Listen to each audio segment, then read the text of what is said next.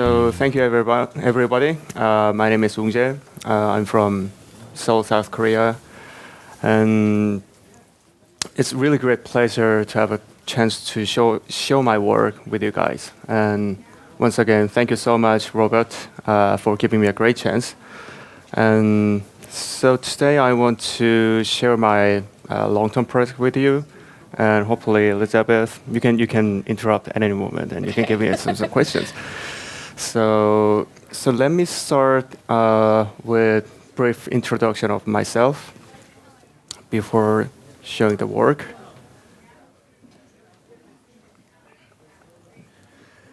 So actually, photography wasn't my very first job. I started my career from Nike Sports back in 2001, from sales marketing division. And since then, I work in mainly brand strategy, brand marketing field for 10 years.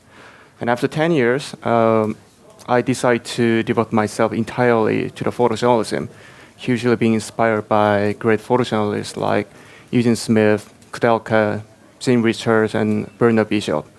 So since then, photography led me to do really great work and changed my life totally. And so these pictures are very first my own project. Let me give you some backstory. So back in 2011, North Korea just shoot a missile to a very small island in South Korea. So it was very first bombardment since Korean War. So it was really a huge deal. So that moment, I just went to the island and took the pictures. So that's how I started the real photojournalistic work. And then I decided to travel around the world. And then I had a great chance to join ICP. And after graduation, I did an internship at 7 Photo Agency. So decided to start my long-term projects as a real photojournalist. So from 2013, I started a story about the workers from semiconductor factory. These workers got critical disease like leukemia, breast cancer, or brain tumor, and critical disease, and believed to be exposed to certain toxic chemicals during their work. So I started this story, and it's still ongoing project. And so far, I met victims and their families. And whenever I go back to South Korea, I kept meeting these people and following these whole issues. So things getting changed dramatically. When I started this project, it wasn't known for public that much. But last year in June, this guy, our great Mr. Lee Kun-hee, president of Samsung, got stroke, and he's still in coma for a year. And then suddenly, the Samsung Electronics apologize to the victim's family. And during the period of time, I pitched this story to the Washington Post, and fortunately, they published this story. So I think last June was really break point for this whole issue. And since then, things changed little by little. And then from this January, finally, Samsung and victims' family started real negotiation for the compensation for the victims.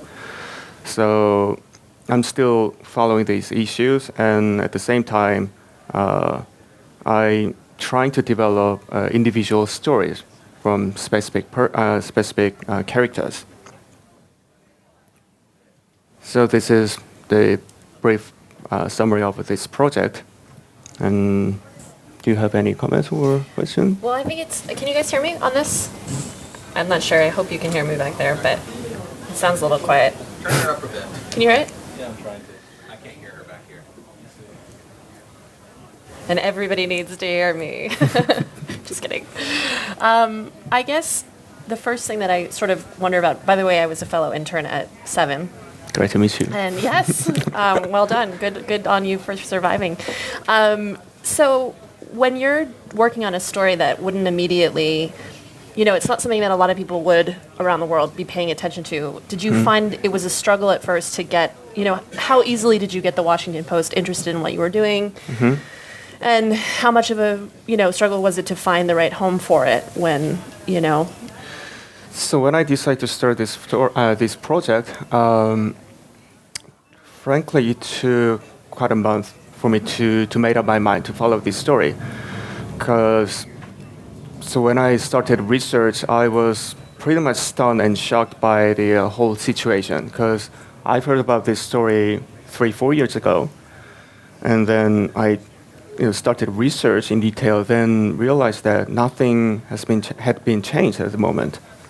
So it made me pretty angry about the whole situation, and also I was so disappointed by the local medias, how they deal with these whole issues. So, like conservative news outlet, they didn't pay any attention, and some activist group or some other medias, they had their own agenda. Like, look at these people, and then always finish their story like the kind of the Samsung, this company. But I really want to see these people and meet these victims, these people, and wanted to understand their will to live and their passion for life, and what is their real struggles, and what is their dreams, and what is their passion for life. So then I just started meeting these people. And so after a year, starting the project, I had a chance to work with the Washington Post for a couple of times in South Korea. And then I pitched this story to Chico Holland. At the time, he was in charge of Japan and South Korea. Sure. And pitched the story, and he was looking for a chance to start this story. So in that sense, we agreed at the just first stage. So here's my pictures, my project, and I have the full access to these people. And he was looking for any, some connection. So we started, and he wrote a really great article about this whole issue, and that's how we made it come true. Well, that pretty much answers that. I think it's always a struggle when you are covering an issue that, might have a lot of people turning a deaf ear to. Like you were saying, even in South Korea, it wasn't covered widely, or it was covered in a sort of manipulated way. Why do you think that is? I don't want to mention the specific, name of company, but everyone knows it. It's Samsung. The Samsung, it's such a huge company. It's more than huge. Some people blame that South Korea is a Samsung republic. They're the biggest company in South Korea, most influential. They have newspaper and TV broadcast, and they have hospital and everything. And some of the reason, because of the reason, I have to say that the media was afraid of dealing with these issues. Do you think that, and have you experienced any sort of backlash in terms of, access that you might have had before, or anything where you've felt a sort of negative backlash after publishing this story? After publishing this story, many interesting happened. I have some very close friends working in Samsung Electronics. Oh, really? And they just text me and, well done, but I cannot, click the like button on your Facebook, and you know what I mean. Yeah. And also, there's a very important guy who helped me to develop this story. Actually, he's my father's friend. And he worked for Samsung for years. He was pretty in top position. And when I told him about this story at the beginning, he was pretty upset about my decision. But eventually, he gave me many advices, and he helped me to keep the balance of the story.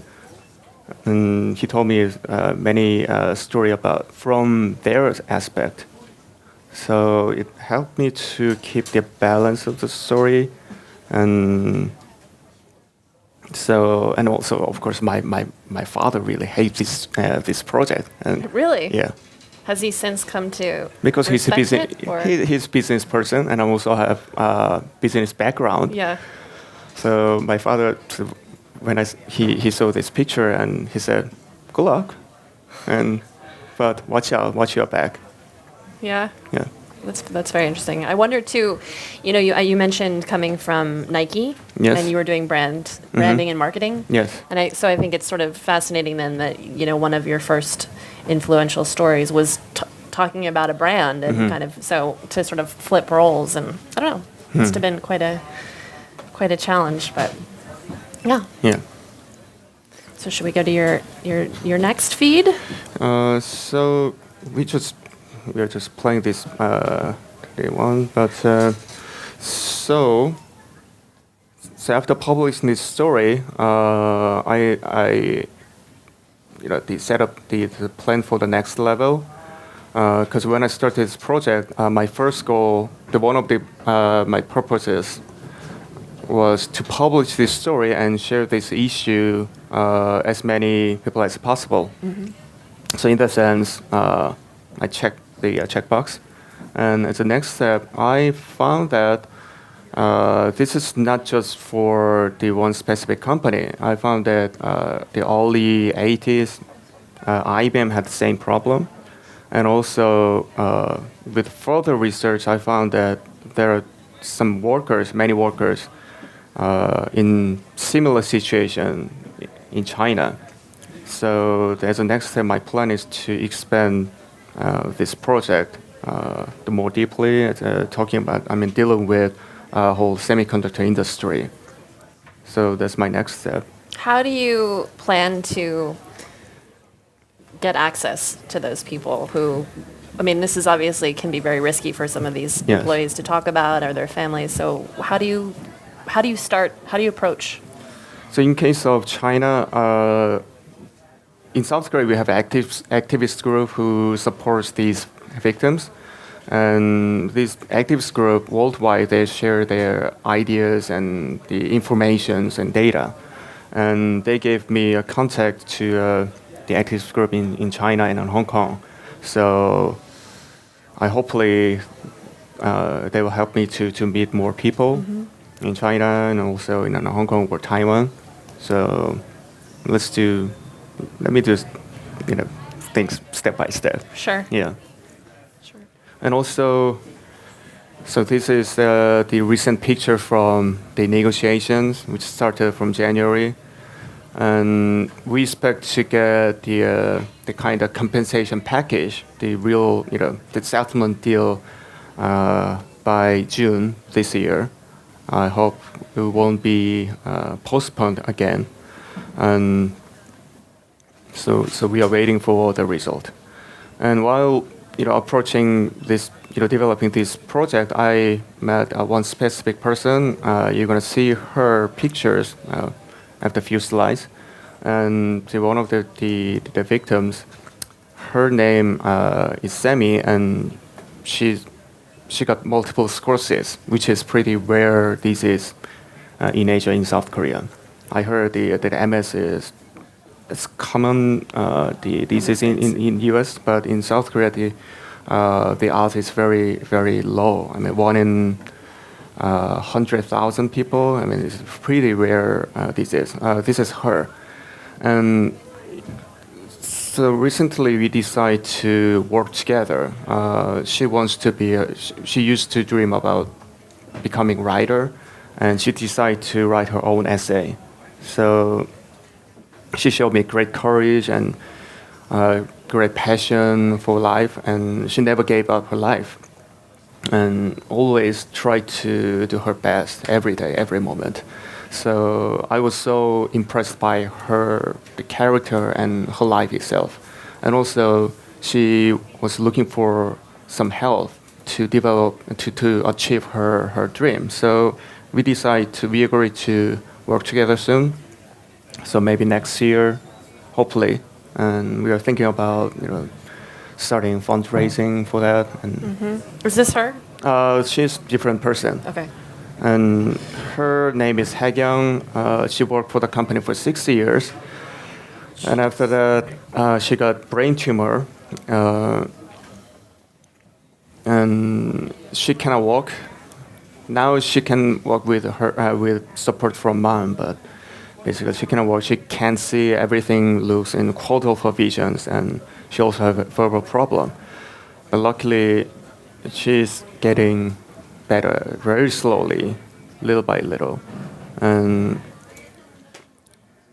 but unfortunately, last December, her case against the Samsung and the government agency, she lost the case. So it's very hard to get the compensation from the company and from the government. So there's no support from the company? No.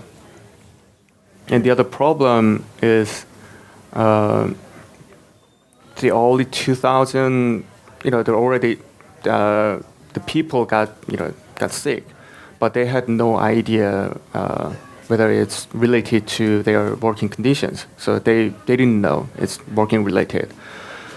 And when they realized, they found that it's really complicated to get compensation because they had to collect all the data. They have to prove by themselves that their disease is working related. But all the data was kept by secret by the company. So basically, fundamentally, they don't have any access to get the data. So the court asked them to prove by themselves, like, okay, you got brain tumor, and prove us that you dealt with certain toxic chemicals. And where should they get the data? There's no place, no way. So it made things so complicated for past couple of years, several years. And so she is the person who I mentioned briefly. Her name is Semi, multiple sclerosis, suffering from that. This is for 7-8 years. Unfortunately, she doesn't have family and no friend, and she just kept, away from all the people because she didn't want to bother her friends and other people. But she reads tons of books every day, and she never stopped writing the essays at night. But unfortunately, last week she got another shock, and she's losing her sight very slowly, and it's pretty bad at this moment. How old is she? She became 30. Just 30? Just 30. Wow. But you stay in contact with her pretty Yes. regularly? Yeah. So you'll use her essays, you're thinking, with your work, or you have already used some of her essays? I'm taking pictures of her. Now she left hospital, and now she's living in the government endorsed apartment, and she slowly, very slowly, because she has the eye problem, so it's very hard to write an essay in a normal speed. But they're working on the project, the story. Gradually, step by step. And So you'll go back? yeah, When do you plan to go back? in June. And is that something that you'll take on your own, or is somebody sending you to continue a story, like a publication, or are you just follow up on it independently? I should say this project at this moment is independent work, but hopefully to expand the story, I'm thinking about fundraising also. Sure. Yeah. Yeah, that was my next question. I mean, Yeah. what do you do when you have a long-term project that you are personally really committed to, and maybe the first part is funded by some publication, but Yes. then there's not necessarily the continued support. Yeah. How do you? That's tough. And how do pretty you go tough. about it?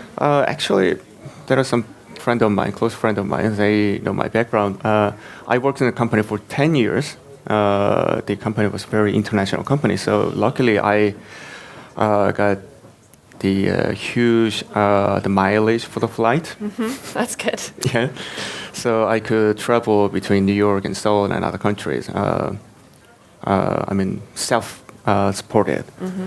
But now after 4 or 5 years, ran out of mileage. So now it's really thinking about the right way to get supported. Yeah. And if you could have, so obviously it's wonderful to have your work published and the story get out there, but is there something beyond that that you want to see happen with what you've been shooting? Is there something that you would like to see come about because of the work that you've done, or, do you feel like already, obviously you're doing a great service by telling this story, but is there, some photographers will really want to see some political action take place or whatever it is? I'm just sort of curious if you have intentions. Whenever I attend the protests, whether it's big or small, I often tempt to join the activists group. I mean, rather than taking pictures, I really want to support them financially or through my actions. But I told myself that's not my job as a photojournalist. So I always try to keep the certain distance. Otherwise, the story would become a kind of agenda thing, like other media outlets had done before. Sure. So that's the another reason why I want to expand the whole project to deal with the semiconductor industry rather than accusing one specific company. Sure. Yeah. Makes sense. Very interesting. So let me ask you, when you're doing this personal work, how do you go about, editing, getting it pulled together and presenting editing. it? Yeah. Editing. Oh my God. So, I mean, even this morning, I did a different edit for this slideshow. And whenever I look into the pictures, I have different ideas. Should I start from this story, or should I start from in general story, or should I put the portrait in first? And then I can see the whole the atmosphere of work, the story changes a lot when it comes to edit. But I was very lucky to have great mentors, and they helped me tremendously to make a certain edit. Who are some of your mentors? The Gary Knight.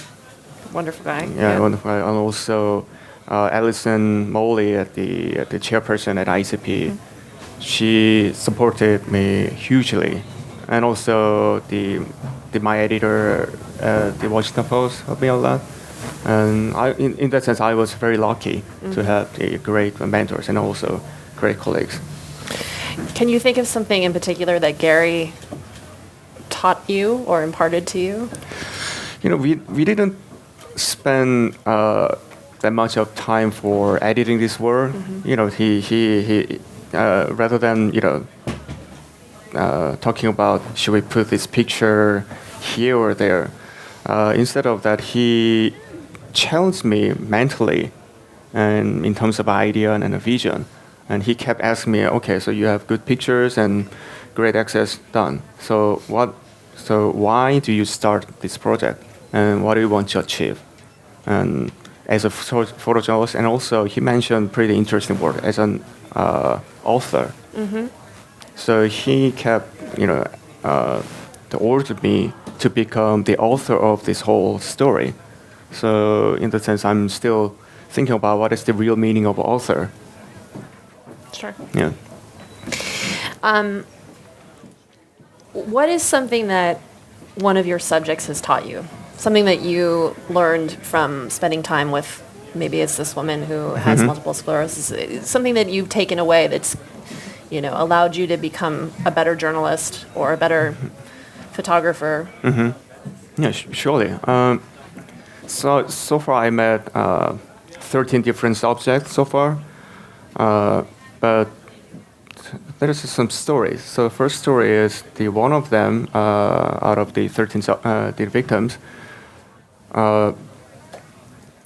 actually his daughter got leukemia in a pretty bad situation. So we met at the hospital, and she was in the treatment. I mean, changing whole blood. It takes 6 to 7 hours, whole day. And I couldn't enter the the treatment room, and so I just sit next to a father. I couldn't say anything. So we just stay, calm for 2 hours. And then at the moment I realized that I'm not ready for taking her picture. Because I couldn't tell him anything. I mean, how can I tell him, yeah, it's very tough, right? Or how do you feel like? Or you're, I hope your daughter will overcome, blah, blah, blah. That's not the words you want to expect to hear in that kind of situation. And on contrarily, in her case, Semi, on the very first day, she started asking me about photojournalism, documentary, and she challenged me a lot. So why do you take pictures of me? What do you want to do? And so the whole process, the time spent with her was tougher than surviving at ICP. Seriously. So I learned hugely about what is the photojournalism and what is taking pictures of the people in crisis or in danger. So in that sense, she is the most important, the biggest mentor for me to develop this story. That's fascinating. I mean, that's wonderful. I feel like a lot of people, you can learn so much in school, right? And you can learn so much from your mentors, but it is really once you get there and you start developing relationships, and I mean, I would think is sort of what will ultimately sculpt you and sculpt your career and your way of dealing with people and your way of shooting. But it's sort of fascinating to hear about. And I remember a photographer once, I think it was Melanie Burford, said something about what a privilege it is to be able to go into people's homes or into their lives, and to treat it with respect, and it seems very clear to me that you have that level of respect for the people that you photograph. But I wonder if that was something that just came naturally to you, or like I know you were saying you were learning things along the way, but if you kind of, I don't know, do you think you have that sort of way of approaching people where you're very respectful of them and you... So when I started this project, whenever I meet people, I didn't bring my camera. I just, call them or text them and can I see you? Can I meet you? And then I started introduce myself first. So rather than just starting asking a question, I started explaining my background and my experience. And that's how I started. That's my way of approaching to these people. Because before taking pictures, I realized that I had totally different background with these people.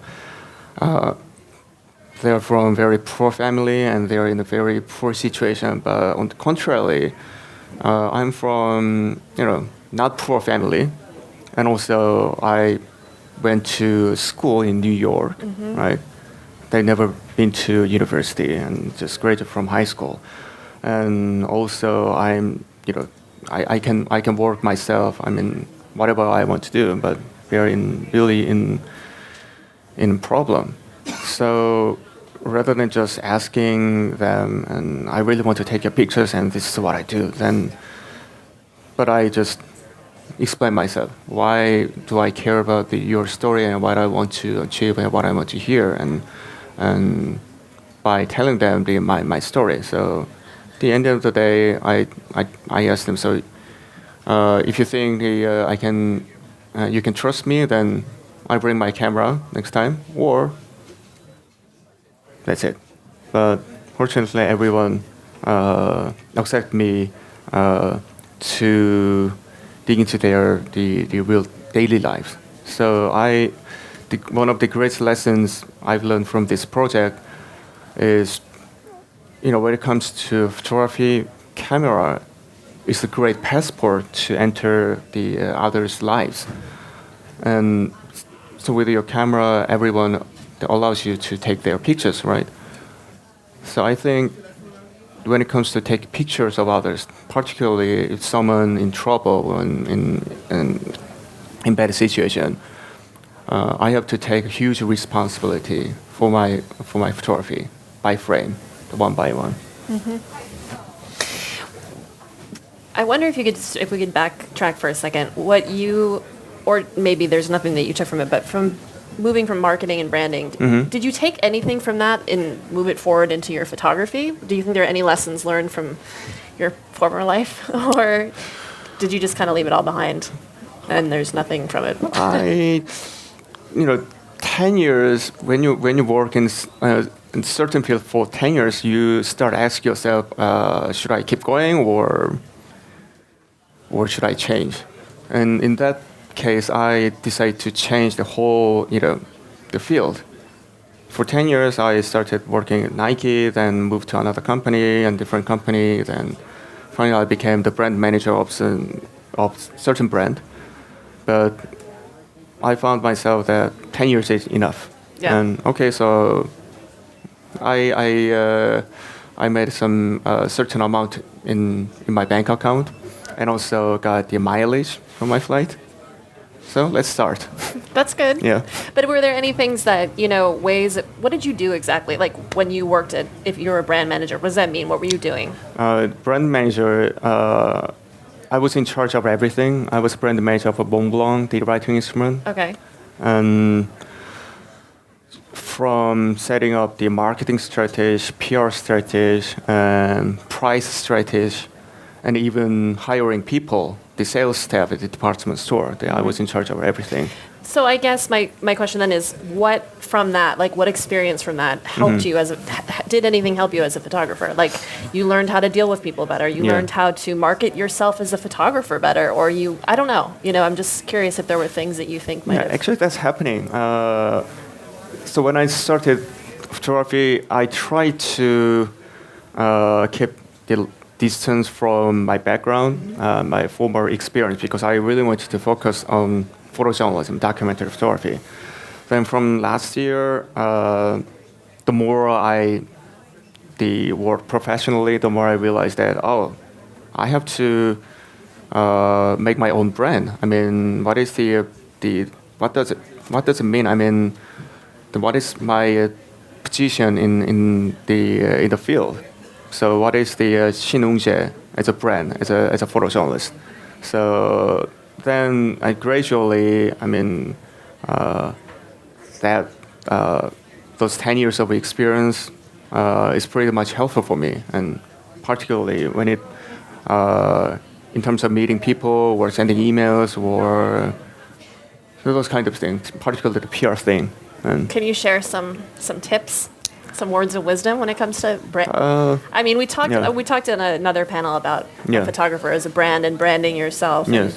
Some people agree with it. Some people think you shouldn't. But by and large, it seemed like people say, "Look, if you don't put out there who you are first, somebody else is going to decide who you are for you." So, what would you basic tips that you would maybe pass along to a novice? Yeah, let me give just one specific example. So everyone, I advise everyone to make the website, portfolio site, and do some promotion kit and name card.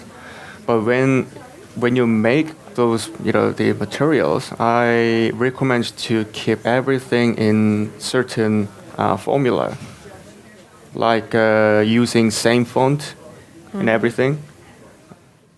Or same color scheme, like that. Yeah. I mean, I saw many great photographers has everything, but some photographers they aren't good at keep the whole concept of their photography. Right. It's hard. You have to kind of have that package where it all sort of visually flows together.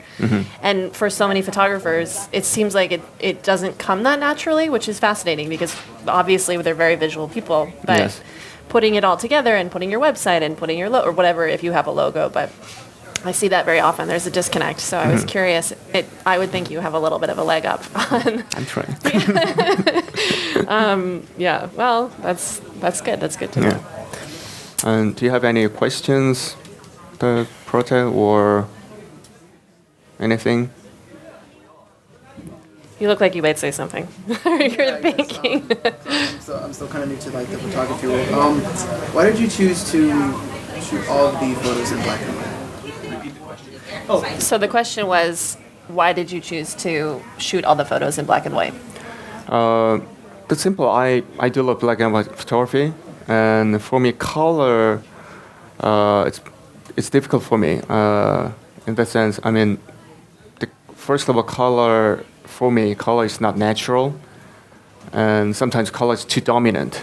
And also, in this case, I wanted to focus on the emotional aspect and more psychological thing. Sometimes I ask myself same question: if I had took these pictures in color, would it be the same? The pictures or same project? I don't think so, because and most of them are staying in a hospital. So, and also in terms of color, it's very boring. You know, I mean, all the white walls and everything gray. Sometimes very desaturated sky blue. I mean, so it wasn't very hard. It wasn't hard to choose to shoot in black and white. Yeah. Other questions? Anyone? Yeah. Is there anything else you would like to close with or talk about that we haven't covered? Thank you so much for listening to my awkward English. Thanks for sharing this work, and thank you so much. Thank you. Thank you so much. Thank you.